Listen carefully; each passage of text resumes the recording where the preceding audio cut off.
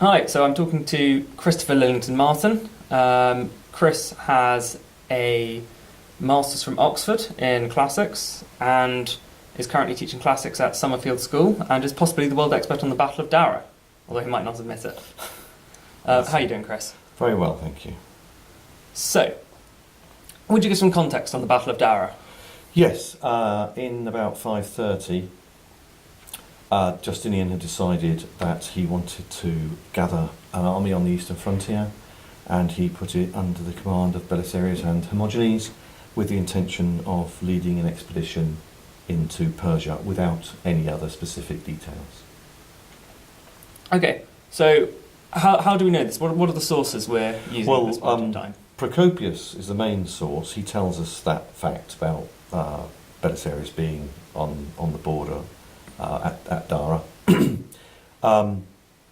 But there are other sources that gives us a few snippets of information about the battle itself, which are very useful to put the whole story together.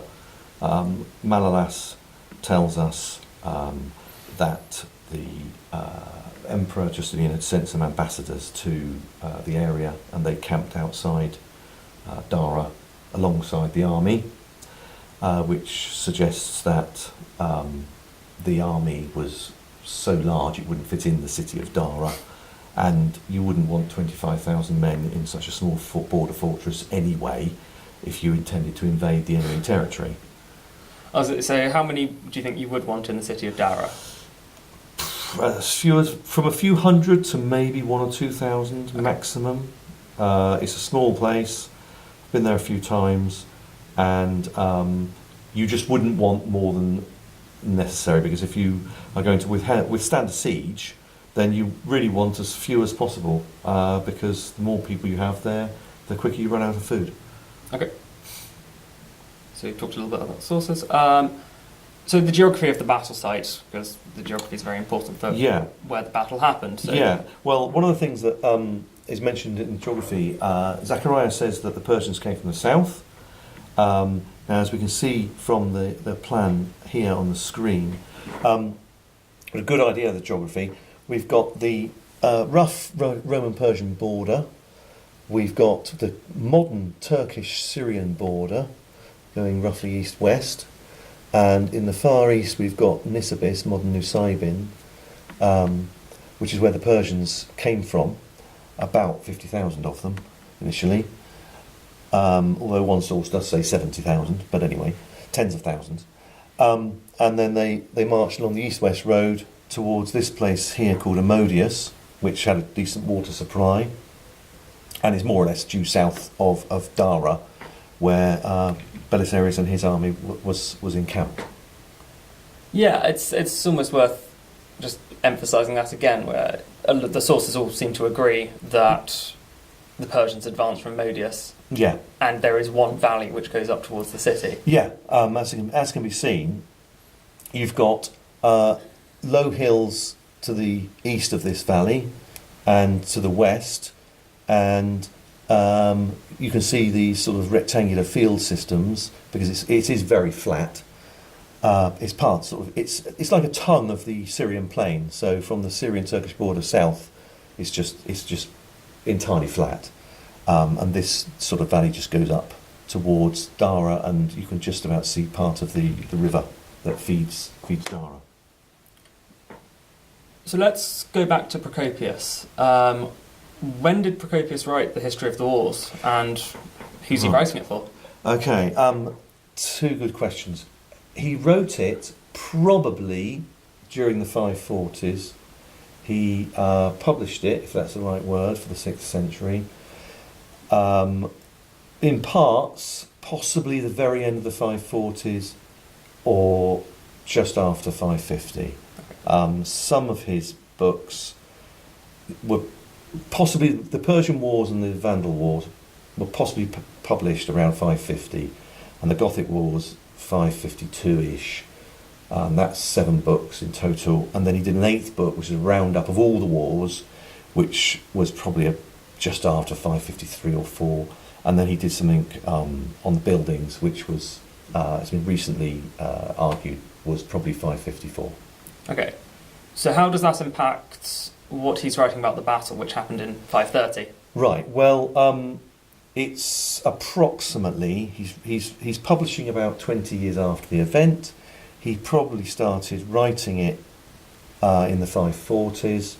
He'd had approximately 15-year career in the army as an army administrator and personal assistant or aide-de-camp or legal advisor. There's lots of arguments about what his exact job was, but he was quite close to Belisarius, the major general of the day. He was initially called a Sumbulos, and in 533 he became a Paradros, and there are arguments as to whether that matters and what the difference was. But basically he was very close to Belisarius, and he spent about 15 years with him on campaign. And then in the early 540s, it seems that Belisarius was banned from having his close associates anywhere near him, and Procopius may well have been one of those, which would have meant from about 542 he no longer had his job, and it's entirely plausible that that's when he sat down and started writing things. Okay. Who's he writing it for? Well, there's lots of answers to that. He's writing it for himself partly, but he chose to write it in a style in classical Attic Greek, which had been being used for about 1,000 years, from the time of Herodotus and Thucydides in the 5th century BC onwards. So it was written in a very high style. These sorts of books would obviously only have been read and understood by the very well educated, but they could also have been used to tell the story from somebody could actually perform certain parts of the story to wider audiences. So he was writing it for the well-educated in principle, but it would have probably seeped into other areas of society indirectly. Okay, so armchair generals, perhaps. Sure. I mean, in some respects, it's even been suggested that this sort of history writing was for, or was read by, military officers, maybe the junior ones, maybe middle-ranking ones, because they got some form of idea about how wars and battles developed. So it's possible that it was literally for armchair generals moving from armchair to action. Okay, so we'll head actually, once we've talked about the sources, we can go back to the geography. We agree that the Persians are marching up this valley. Where do you think they actually marched to? Right, well, I think we can change to that. That's the view from Amodius where the Persians were camped. So they've been camped in this whole area around here. It's a huge army of tens of thousands of men and tens of thousands of horses. And then they marched up the valley towards Dara. Now, when they started their march from Nisibis, the news arrived that they were coming, and Procopius tells us that Belisarius and Hermogenes decided that there were so many Persians, they outnumbered the Romans by about 2 to 1. So what they were going to do was they were going to build a defensive line, a trench. So the trench has to have been built somewhere between Dara and Amodius. And so the question is, of course, where would you build it? First of all, the fortress city of Dara up here is very small. We've already mentioned other sources tell us the soldiers were encamped outside, somewhere to the south. So it has to be slightly further south again. In fact, one of the sources says that the Romans came out to attack the Persians. That's a bit of an exaggeration, but it certainly suggests they moved towards the Persians. So the question really is, if you were the general in Dara and the Persians were travelling from Nisibis and they were going to get ready to come up this valley, where would you put the trench? And I think a sensible place to put it is further enough south away from the city so that north of it you've got space for your camp and you've got space for your army to manoeuvre, because you've got 25,000 men and that takes up a lot of space, and if you want to manoeuvre you need several square kilometres.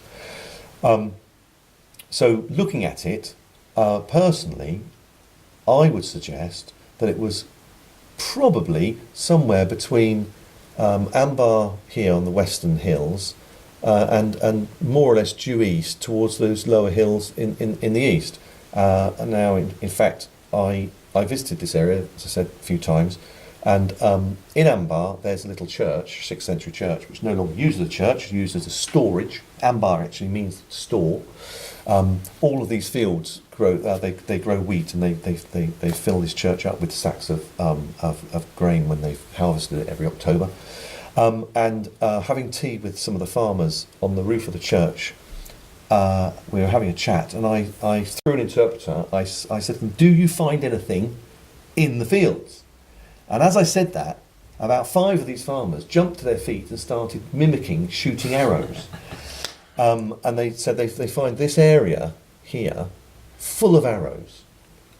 In fact, I think I've got an image. I don't think we have it up.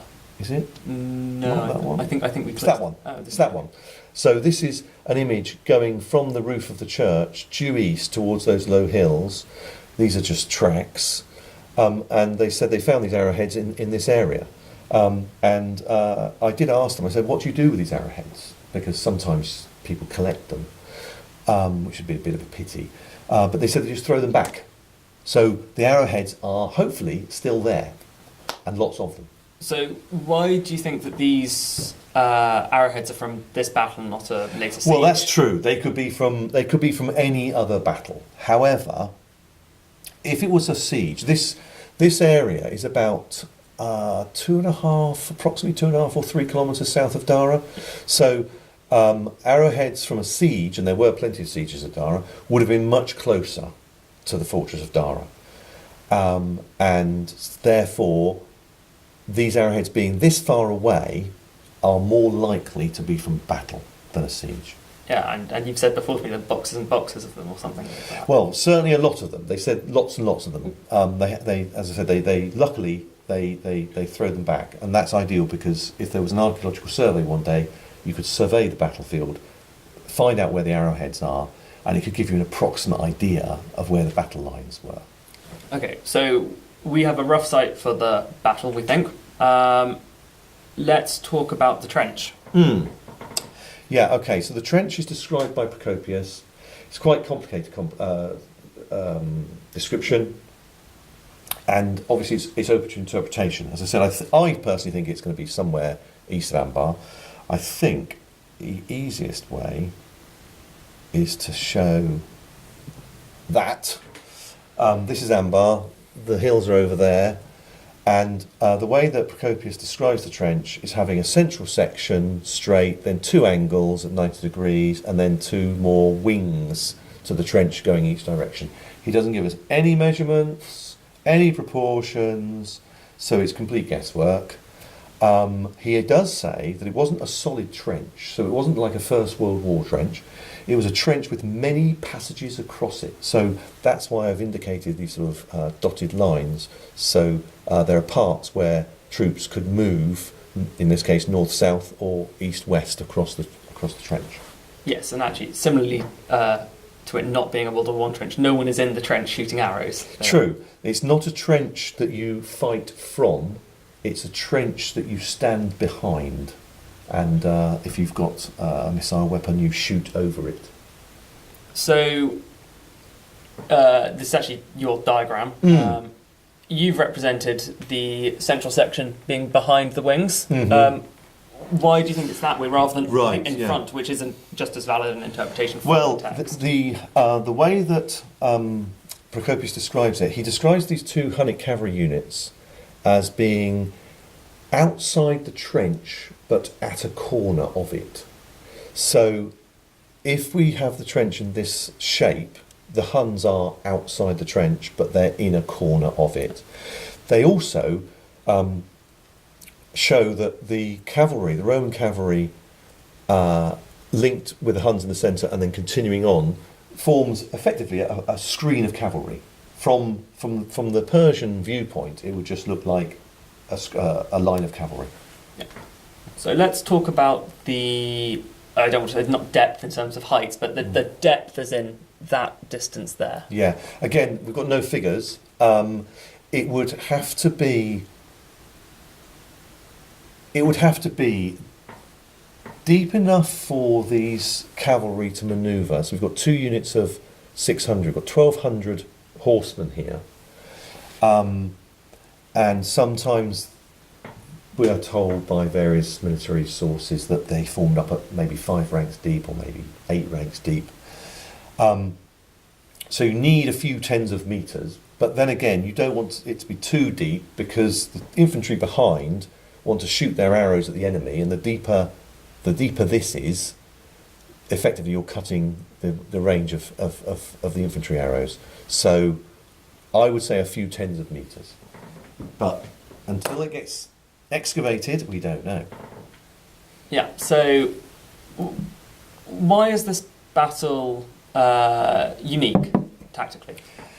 What's special about it is that because the Romans have got their flanks covered by hills, the Persians can't envelop them. So the Persians are forced to attack them head-on somewhere. Now, because of the trench, they don't want to go into a kind of funnel which would attack the centre into a funnel and then get hit by the flanking cavalry as well as shot at by the infantry in the centre. So their best option is to attack the flanks. And we're told by Procopius again that the Persian right flank attacks the Roman left. The Roman left gives way, the Persians follow them up, at which point some of the Huns cross one of these passages and hit the Persians in the flank, and 300 Herulian cavalry who have been hiding in the hills, led by a man called Faras, come out of the hills and then charge the Persians in the rear, at which point the Persians break and about 3,000 of them are killed and they all rout, but the Herulians, Huns and Roman cavalry do not pursue them, certainly not to any great extent. They're under orders to maintain their formation, which is what we believe they did. Now with the right wing having been defeated and 3,000 men and horses littering that part of the battlefield, the Persians were unlikely to do that again. So they switched to the other flank. Interestingly, a year later there's another battle, they do something similar. They attack towards their right and then they switch all their reserves and go to the left. Battle of Cananicum, 531, but that's another story. So what the Persians do is they send up their left wing towards the Roman right and they reinforce it with the so-called Persian immortals. These are not the Persian immortals of the Achaemenid period, about 1,000 years before. They're now cavalry, heavily armoured. So they attack the Romans. Again, the Romans give ground. Again, the Persians follow them up. Now these passages come into their own, and the cavalry that had gone across those passages to the east can now come back, and Belisarius, who's got his reserve cavalry, together can attack the Persian wing. The Persian wing gets split into 2 parts. The main part is forward, smaller part slightly backward, with the leader. And one of the Hunnic leaders attacks the standard and the general of the Persians, Barasmanas, who's one-eyed. That's another story. And the general goes down, the flag goes down, the Persians panic. Those that can run, and the others are all trapped and surrounded, and about 5,000 Persians are cut down on this flank, at which point the Persian army withdraws. The cavalry get away, the poor old infantry do get cut down. We don't know how many, but obviously they couldn't outrun horses. So actually it's worth emphasising this big Roman victory. Biggest in maybe 50 years Many before then. years. The biggest victory they've had in many years. And the Romans win it outnumbered 2-1, which is Yes. pretty something, isn't it? Yeah. So, Yeah. but let's talk about the casualties on each side. Okay, so as I said, the 3,000 on one flank, 5,000 on the other. No other numbers for casualties are given, so we can only guess. We've got at least 8,000. Again, that's not even necessarily reliable. It's just a number that Procopius has given us. So if we take it at face value, we've only got 8,000. Then some of the Persian infantry get cut down in the rout, and there would have been other casualties, because right at the beginning of the battle there's your traditional exchange of bowfire, so there would have been some casualties there. So I would say the Persians must have lost at least 10,000 men. The Romans, well, a fraction of that, but who knows? 1,000, couple of thousand. Yeah. It's just impossible to know. What is interesting is that once this battle is over, one of the sources, Zacharias, says that they sent a message back to Nispis to say, we've won the battle. Of course, they hadn't. They've been defeated heavily. Send us some camels and donkeys and mules and things to carry the booty, which we've got from the city. But what they were really doing was getting animals to carry some of the dead Persians. Now, I don't know whether they took all the dead Persians, or maybe they took the important people. But whatever they took, there would have been some Roman casualties, and there may have been some Persian casualties that were not collected for whatever reason. And there would have been a lot of battle debris, broken weapons, dead horses, equipment, all those sorts of things.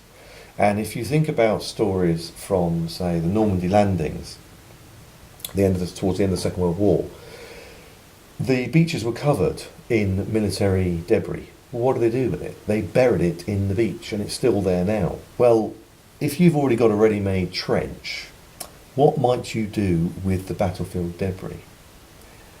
You might push it into the trench and then fill the trench back up. So who knows what is there to be excavated? So you're preempting a future question. So let's talk about your experiences at Dara a little bit more before going on to the archaeology. Mm-hmm. Okay. I first went there with Professor Geoffrey Greatrex back in 2002, with a little tour of southeast Turkey. And we're both very interested in this site. And I've been back since, both with another professor, Tony Pollard at Glasgow, who's a battlefield archaeologist. And we walked the whole battlefield site and the whole valley area, just to get a proper feel for the landscape and to understand the different points of view, both the Roman point of view and Persian point of view, to see how things could have worked given what the terrain is like and what the sources tell us. And I've been there a couple of other times. So all these visits have helped formulate my ideas as to exactly where it probably was and how it probably developed. Okay. So we'll go back to the archaeology. This battle was fought in June or July, perhaps? Mm-hmm. Yep.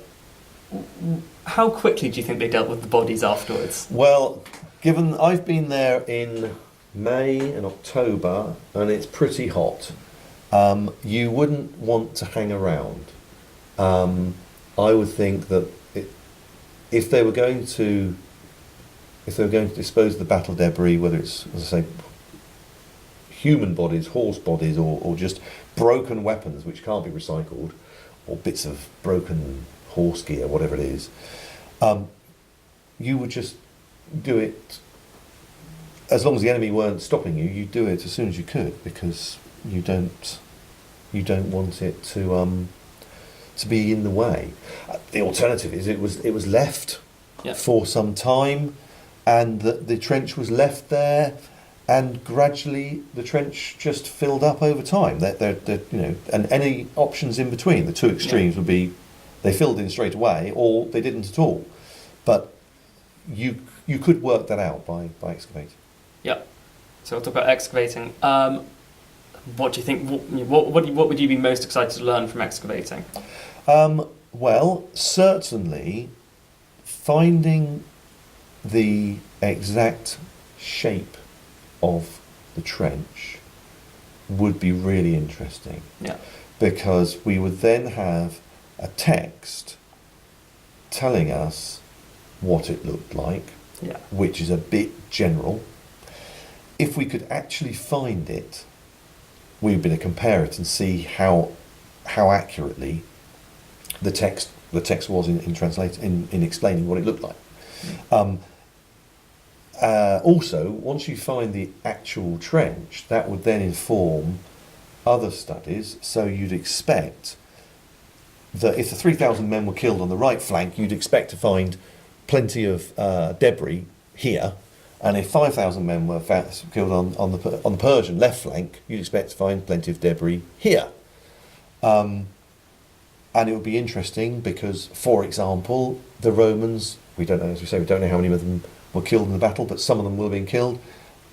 Whether or not they, let's rephrase that. If they were buried in the trench, you would expect to see them buried in a more formal way. Yeah. And it'd be interesting to see exactly what form that took and how many of them there were. Yeah.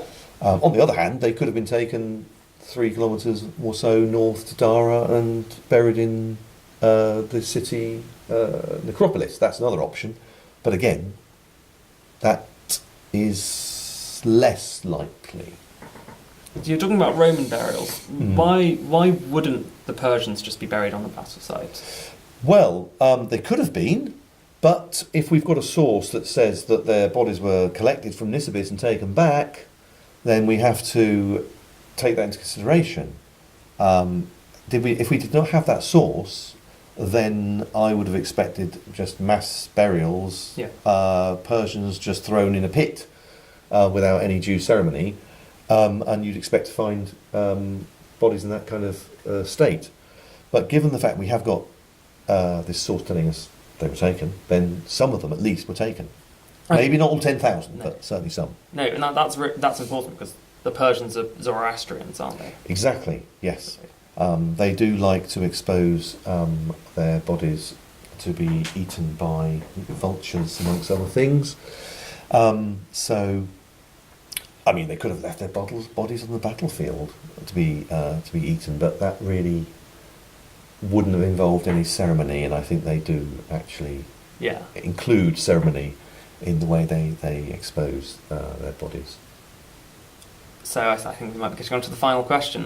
When do you think an archaeological dig at Dara would be held? Well, who knows? It would be great if it could be. If we go back to this Google Maps, we can see this is the Syrian border. Obviously, it's 2018 now.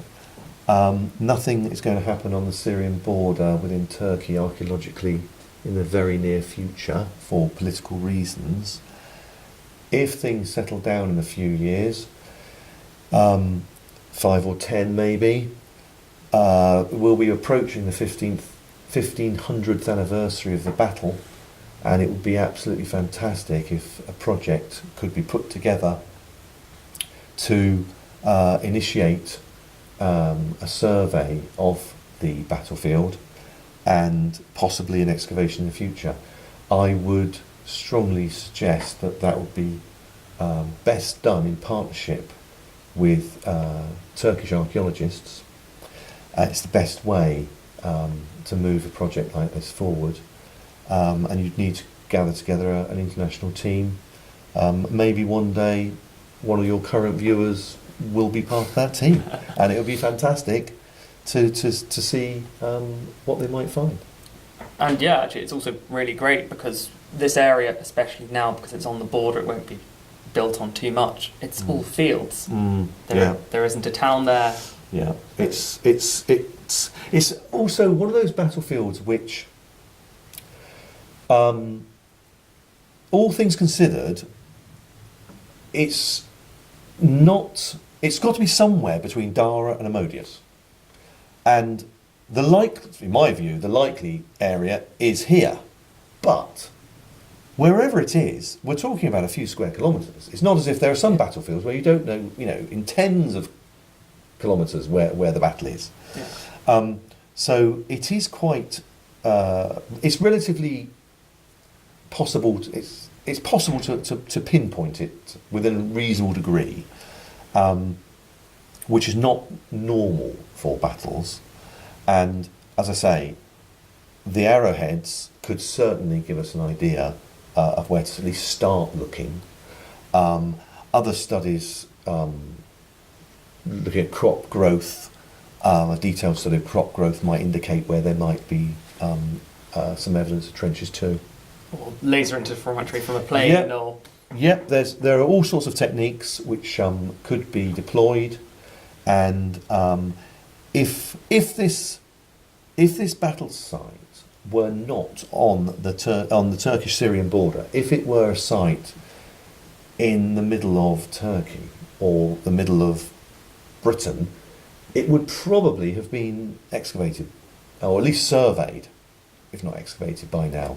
I think it's the fact that it's so remote. It's good because it means it hasn't been touched, and it's not been built on. But because it's so remote, it is a logistical challenge to gather everything that needs to be gathered, especially considering it is so close to the border. Yeah. Yeah. So the tagline to remember is Dara 2030. We'll push that over the next 12 years. Yeah. Let's see if we can get a project up and running. Chris, it's been really good to talk to you today. And you too. Thank you very much for that. Cheers. Cheers.